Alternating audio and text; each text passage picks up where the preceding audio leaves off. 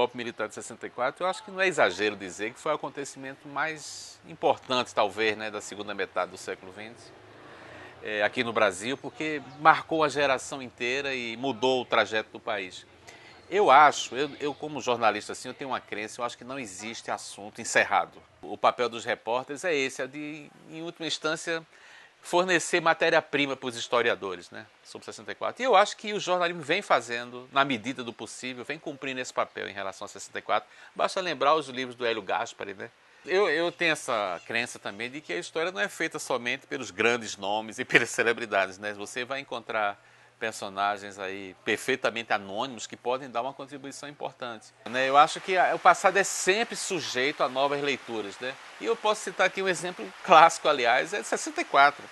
Porque hoje já historiadores, inclusive de esquerda e tal, dizem que já é injusto você chamar o que aconteceu em 64, naquele período, de ditadura militar. Há historiadores como Daniel Arão Reis, que foi ex-militante do MR8, por exemplo, é insuspeito. Ele diz que o que houve foi uma ditadura civil-militar. E a gente não deve esquecer que houve a ditadura foi apoiada, o golpe, pela imprensa, e quase em peso, né? A classe média, os empresários, então a própria igreja, setores da igreja ali, então o exército, né?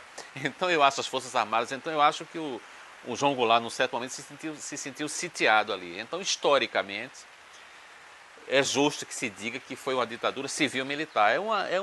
Parece uma coisa só semântica, mas não é não. Eu acho que é uma correção histórica aí disso. É tocar nos assuntos, nos temas meio tabus, né? Por exemplo, os chamados justiçamentos, que aconteceram. Eu mesmo fiz uma entrevista com um ex-guerrilheiro chamado Carlos Eugênio Paes, foi para o ar na Globo News.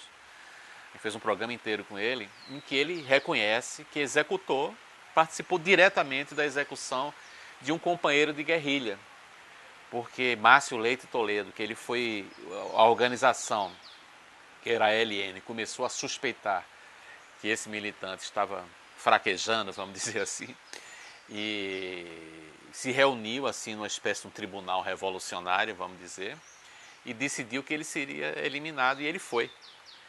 Em São Paulo, na rua, e eles marcaram um encontro com ele e passaram de carro e atiraram nele. Então hoje o Carlos Eugênio Paes assume. Então são certas coisas que aparentemente são incômodas, mas eu acho que o jornalismo precisa, né, levantar e discutir, justamente para cumprir esse papel de ser uma linha auxiliar dos historiadores.